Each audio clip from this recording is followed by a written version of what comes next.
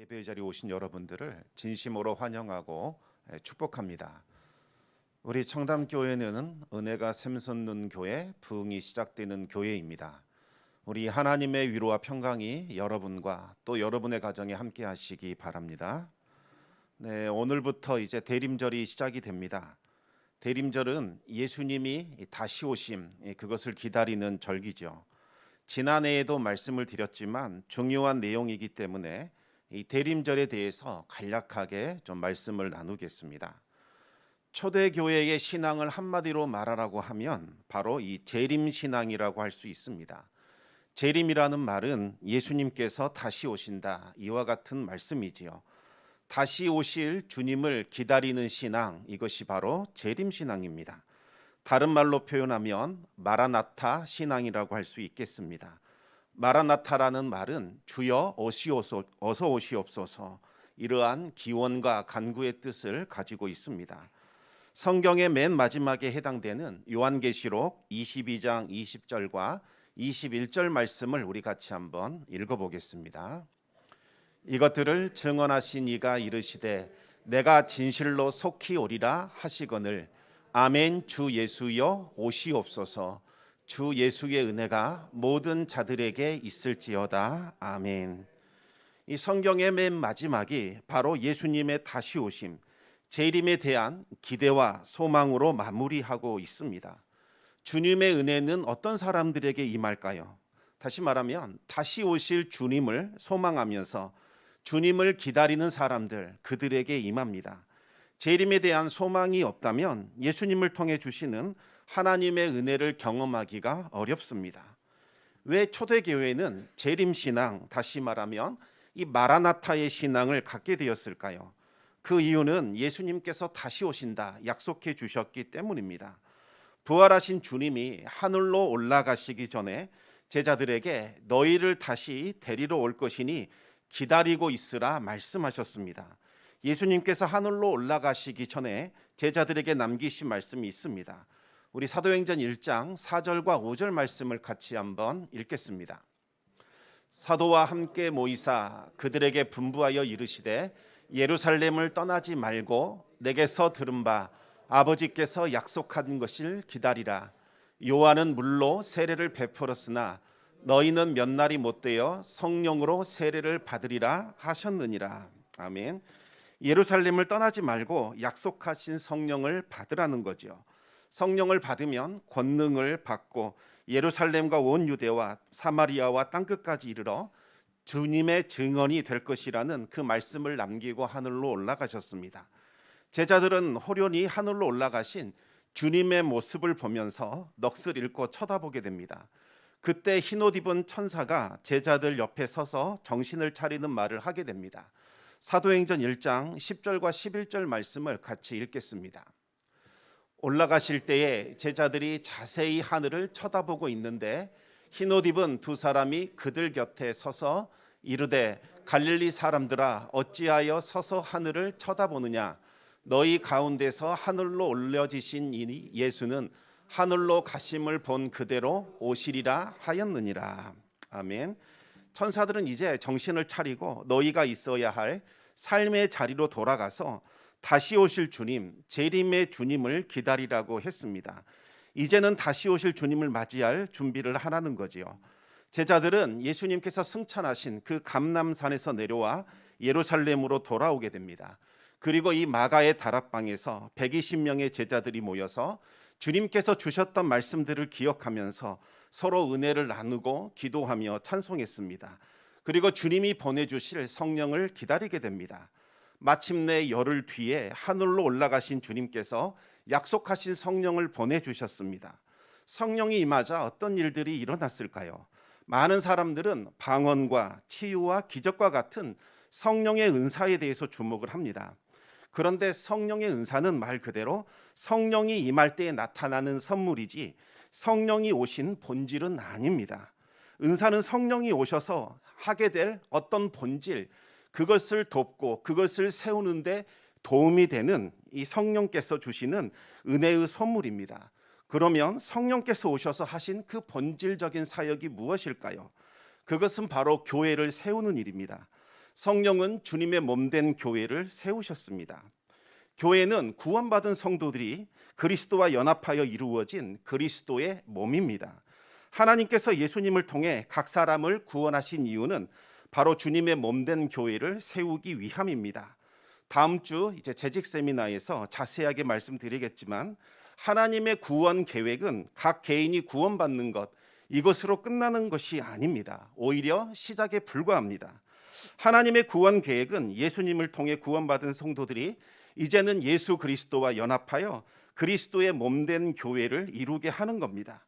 교회의 지체들인 이 성도들은 성령 안에서 성장해야 합니다. 그리하여 그리스도의 장성한 분량까지 이르도록 자라가야 합니다. 그렇게 해서 주님의 몸된 교회가 온전하게 되면 하나님의 구원 계획이 이제 완성이 되는 거죠. 온전하게 된 주님의 몸된 교회는 그리스도의 신부가 되는 겁니다. 그때가 되면 신랑이신 예수님께서 재림하셔서 그리스도의 신부인 이 교회를 데리고 천국 잔치로 들어가게 되지요. 주님이 다시 오신 재림의 날은 주님의 몸된 교회를 이루고 있는 우리 성도들의 입장에서는 바로 혼인잔치, 천국잔치에 들어가는 날입니다.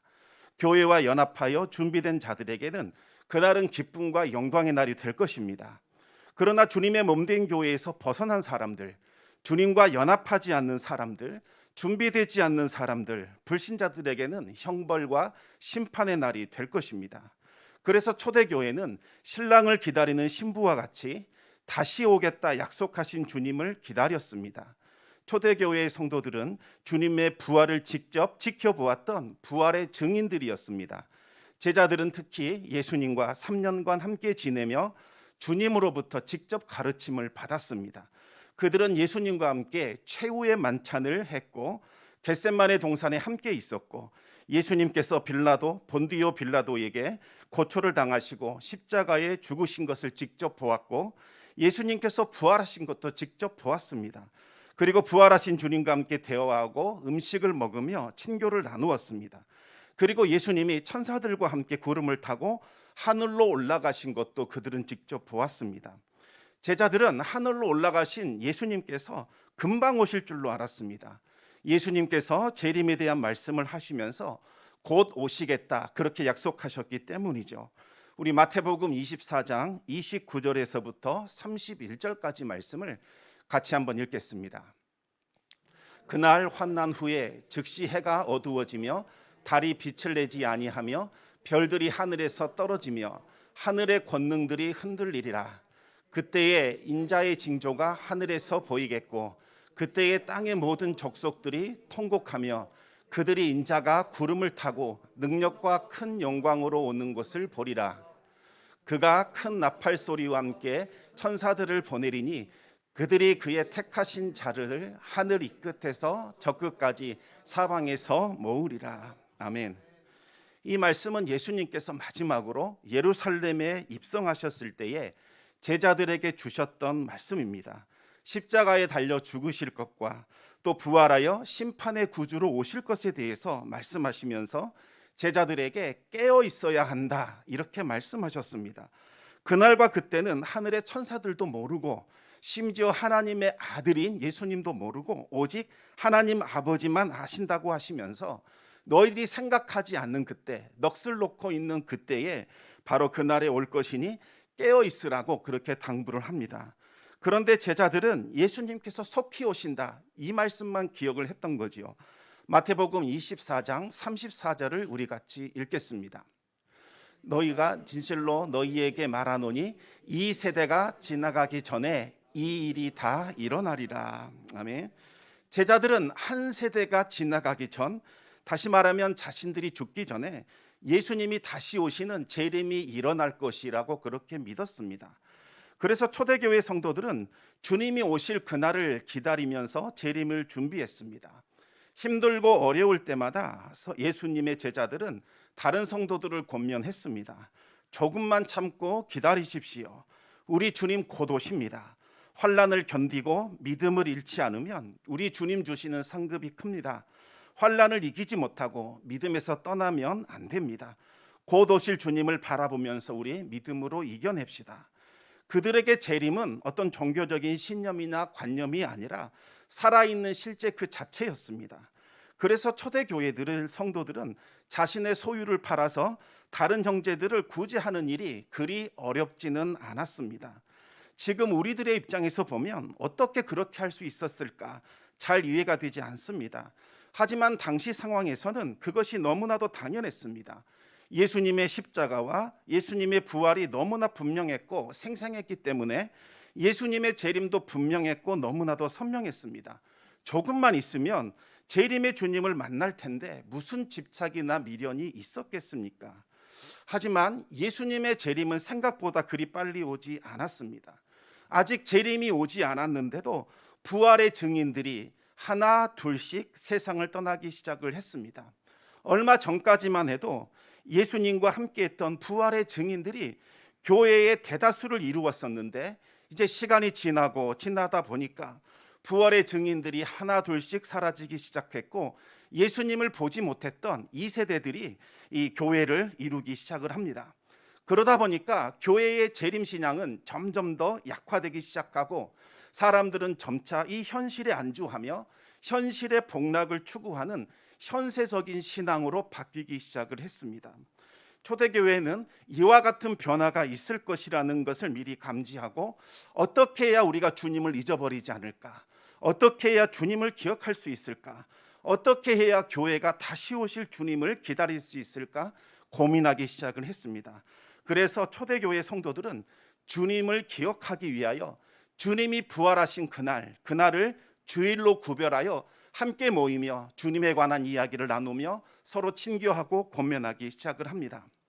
처음에는 그리스도인들도 유대인들의 관습을 따라서 안식일 날인 토요일 이날에 함께 모였습니다. 그러나 점차 부활의 주님을 기억하면서 사람들은 주일에 모여 함께 예배를 드렸습니다. 그래서 지금 우리들도 초대교회의 이 전통을 이어받아 이와 같이 주일에 함께 모여 예배를 드리고 있는 겁니다.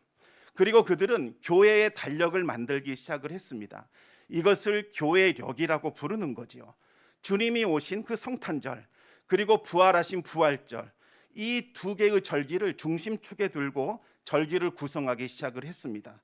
이렇게 해서 하나님이 우리에게 오셔서 우리를 위하여 죽으시고 부활하신 구원의 역사를 담고 있는 교회력이 만들어지게 되는 겁니다. 초대교회는 이 교회력을 지키면서 예수님의 탄생, 죽으심, 부활, 다시 오심을 기억하면서 주님이 오실 그날을 기다리며 또 준비했습니다. 지식적으로만 기억하는 것이 아니라 몸으로 실천하면서 주님을 기억했습니다.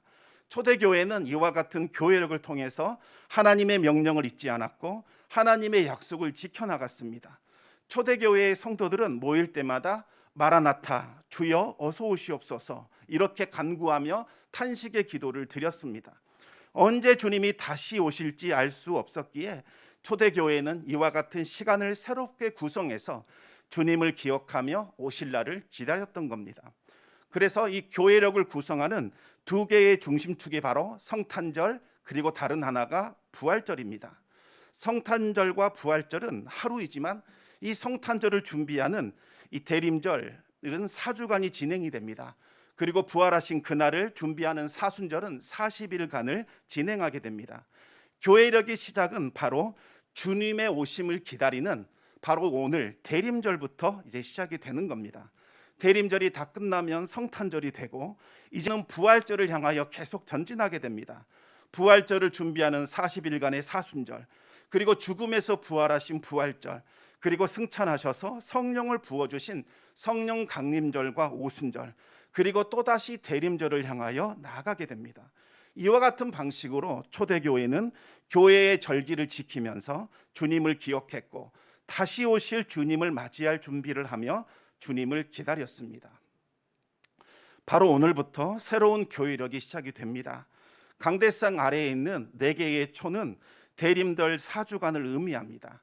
오늘 보시면 짙은 보라색 여기에 불이 켜져 있는데 여기에서부터 시작해서 옅은 보라색 그리고 분홍색 그리고 마지막 흰색 이렇게 진행이 됩니다. 첫째 주가 되면 짙은 보라색의 촛불을 켜고 두 번째 주가 되면 짙은 보라색과 옅은 보라색의 촛불을 켜게 됩니다. 세 번째 주가 되면 이제 분홍색 촛불이 더 추가가 되고 마지막 넷째 주에는 모든 촛불을 다 켜게 되는 거지요. 짙은 보라색이 점점 밝아져서 흰색이 되는데 이 흰색이 상징하는 것은 바로 세상의 빛 되신 주님을 의미하는 겁니다. 촛불의 색깔이 밝아지는 것은 예수님께서 우리의 구원자로서 점점 우리에게 가까이 다가오고 계신다, 이것을 의미합니다. 또한 이 흰색은 온 세상의 평화와 기쁨이신 주님을 상징합니다. 주님이 우리에게 점점 가까이 다가오실 때에 온 세상에는 평화와 기쁨이 충만해진다, 이것을 의미하는 거죠. 오늘 본문의 말씀은 재림의 관점에서 읽을 때 본래의 뜻이 더 분명해지는 말씀입니다. 우리 함께 마태복음 7장 7절과 8절 말씀을 같이 한번 읽겠습니다. 구하라 그리하면 너희에게 주실 것이요, 찾으라 그리하면 찾아낼 것이요, 문을 두드리라 그리하면 너희에게 열릴 것이니 구하는 이마다 받을 것이요, 찾는 이는 찾아낼 것이요, 두드리는 이에게는 열릴 것이니라. 아멘. 이 앞뒤 문맥을 다 잘라버리고 이 본문만 읽으면 우리가 욕망하는 것, 우리가 원하는 것 무엇이든지 하나님께 구하면 하나님은 무조건 다 주시고, 무엇이든지 간절함으로 찾으면 반드시 찾아내게 되고, 무엇이든지 힘차게 두드리기만 하면 어떤 문이든지 간에 다 열린다, 이렇게 생각할 수 있습니다. 마치 하나님께서 우리 성도들에게 백지수표를 주신 것처럼 그렇게 착각하게 만들 수 있다는 거지요. 우리가 그 백지수표에다가 원하는 액수만 기록하면 원하는 것을 다 받을 수 있는 것처럼, 원하는 것은 무엇이든지 다 얻을 수 있도록 그렇게 오해하게 만들 수도 있습니다.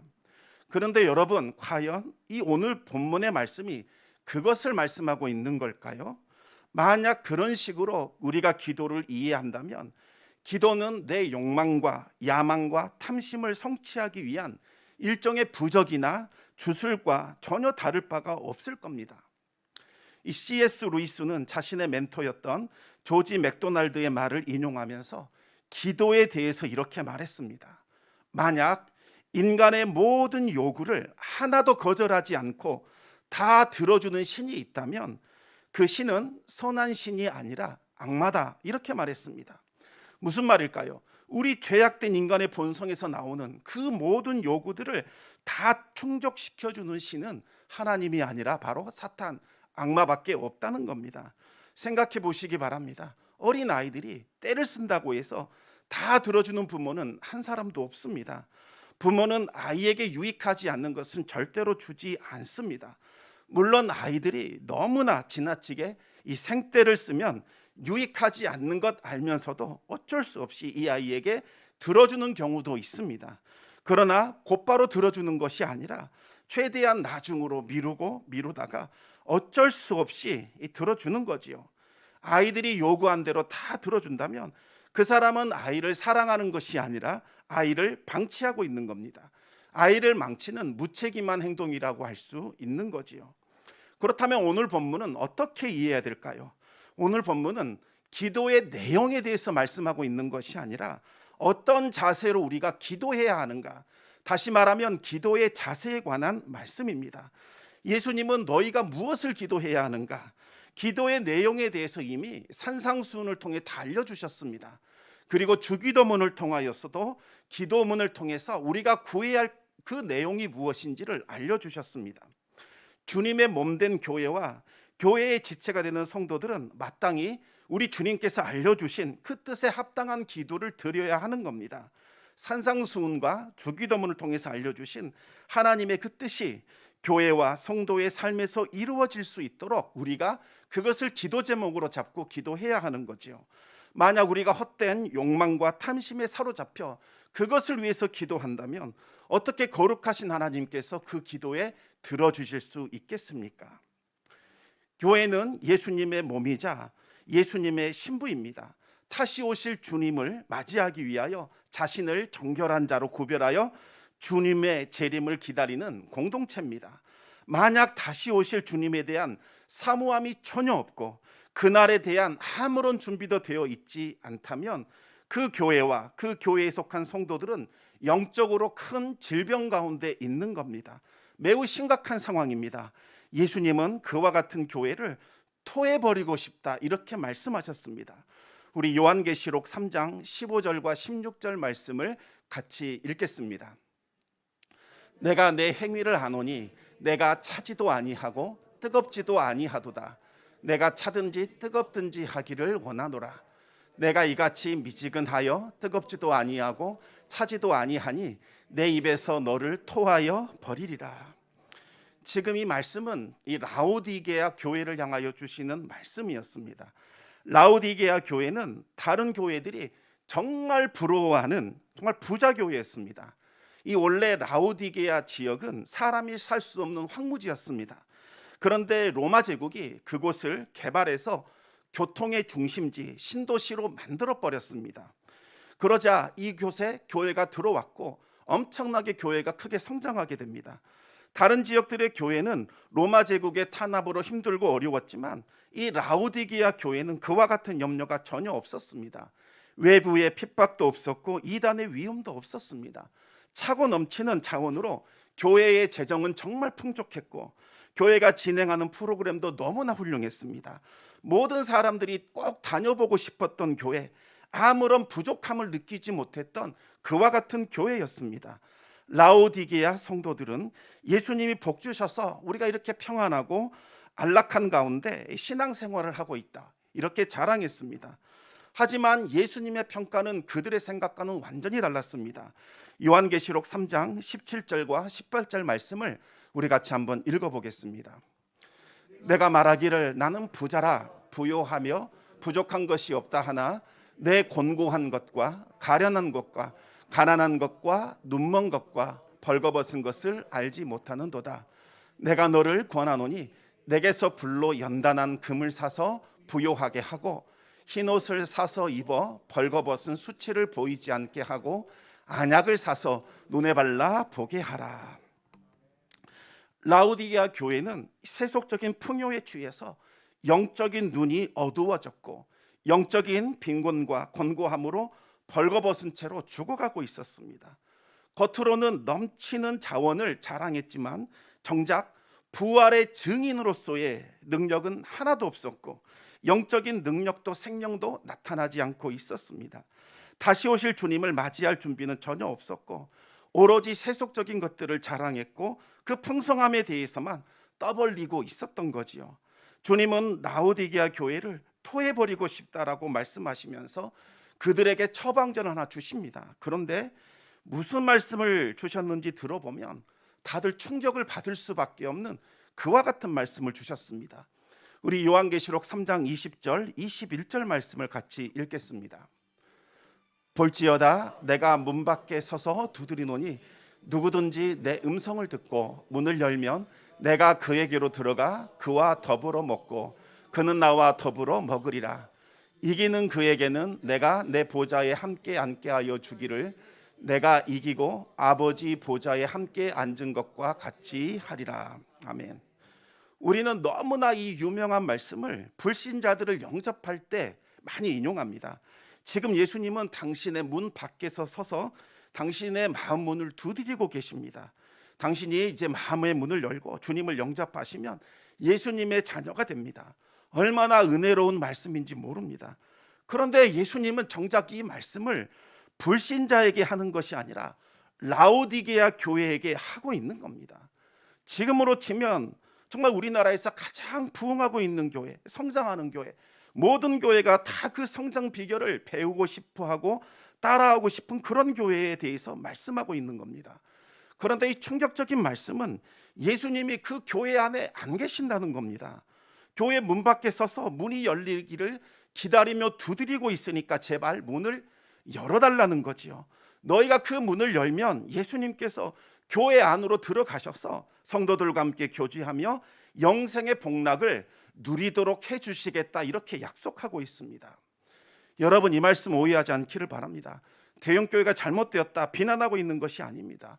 이 말씀은 재림의 신앙을 잊어버린 교회, 더 이상 다시 오실 주님에 대한 아무 관심이 없는 교회, 오로지 세상이 주는 그 복락, 그것이 전부가 되어버린 세속적인 교회를 향하여 주시는 경고의 말씀입니다. 모임을 갔는데 다 자기 자랑만 합니다. 우리 집이 얼마나 높냐, 우리 아들이 얼마나 뛰어나냐, 우리가 입고 있는 옷이 얼마나 좋으냐, 이것만을 자랑하는 교회, 예수님께서 들어갈 틈이 없다는 거죠. 친한 사람들끼리만 모여 있는 교회, 불편한 사람들을 배척시켜 버리는 교회, 어떻게 하나님께서 그 교회 안에 들어가실 수 있겠습니까? 어쩌면 우리 교회도 비난의 대상이 될 수 있습니다. 참으로 두려운 말씀입니다. 우리는 더 이상 세상적인 자원을 부러워하거나 그것을 의지하지 않아야 합니다.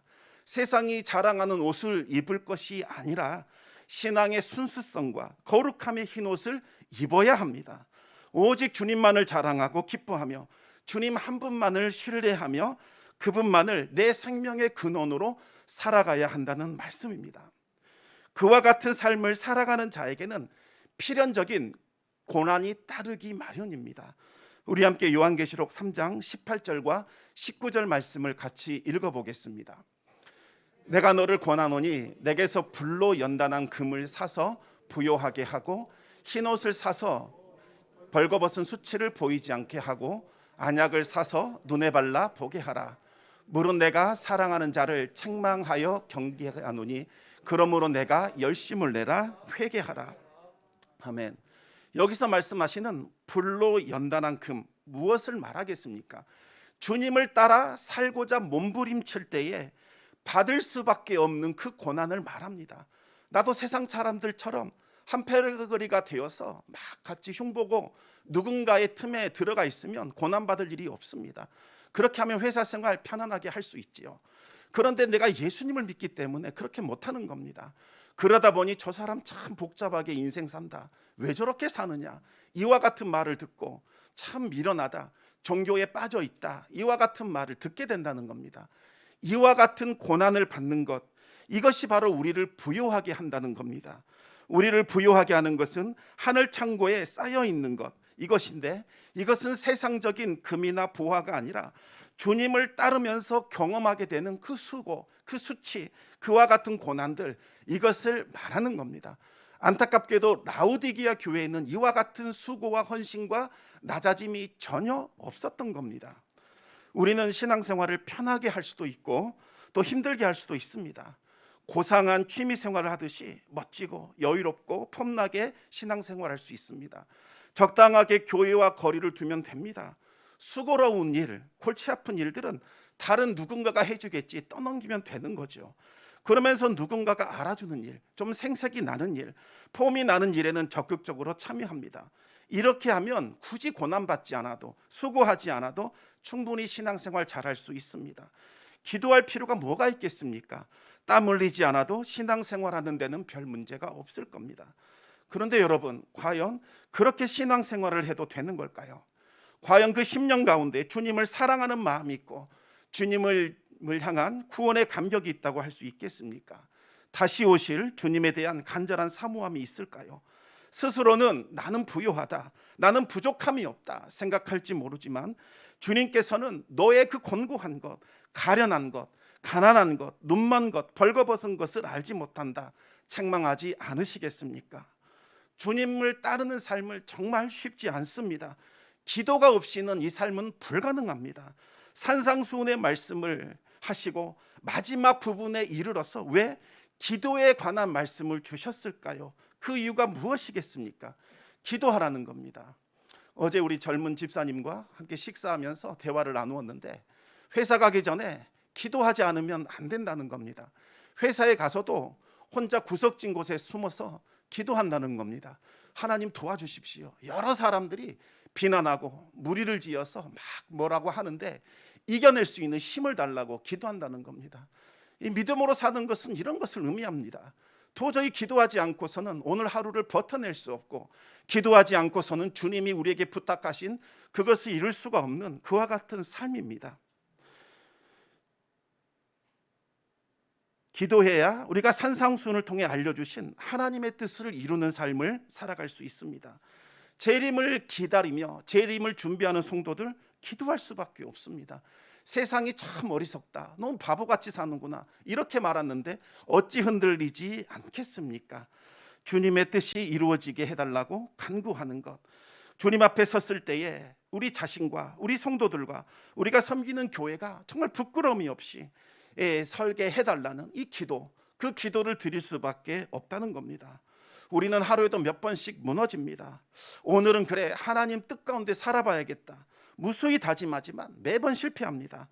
우리 교회가 하나님이 기뻐하시는 교회가 되도록 힘써야겠다고 수없이 다짐하고 노력하지만 아름답지 않은 모습들이 발견할 때마다 쓰라린 무기력과 무능력, 절망감을 경험할 수밖에 없습니다. 우리 안에 내재되어 있는 거대한 그 악의 세력과 그 악의 영향력을 우리는 마주대할 때마다 얼마나 괴로운지 모릅니다. 그럴 때 주시는 말씀이 바로 오늘 본문의 말씀입니다. 낭망하지 말고 포기하지 말고 하나님을 바라보라는 거지요. 하나님께 구하고 찾고 두드리라는 겁니다. 하나님께서 우리의 아버지가 되시니 하늘 아버지께서 필요한 모든 것을 주신다는 겁니다. 찾게 하신다는 겁니다. 그와 같은 문을 열어주신다는 겁니다. 죄악된 본성에서 나오는 탐욕과 욕망을 위해 간구하면 다 들어준다, 이와 같은 말씀이 아니라는 겁니다. 하나님께 간절히 찾고 구하고 두드렸음에도 불구하고 아무런 응답이 없다, 이럴 때에는 한번 우리의 기도를 돌아보시고 우리의 내면을 한번 돌아보시기 바랍니다. 야고보서 4장 1절과 3절 말씀을 우리 같이 한번 읽겠습니다. 너희 중에 싸움이 어디로부터 다툼이 어디로부터 나느냐? 너희 지체 중에서 싸우는 정욕으로부터 나는 것이 아니냐? 너희는 욕심을 내어도 얻지 못하여 살인하며 시기하여도 능히 취하지 못함으로 다투고 싸우는도다.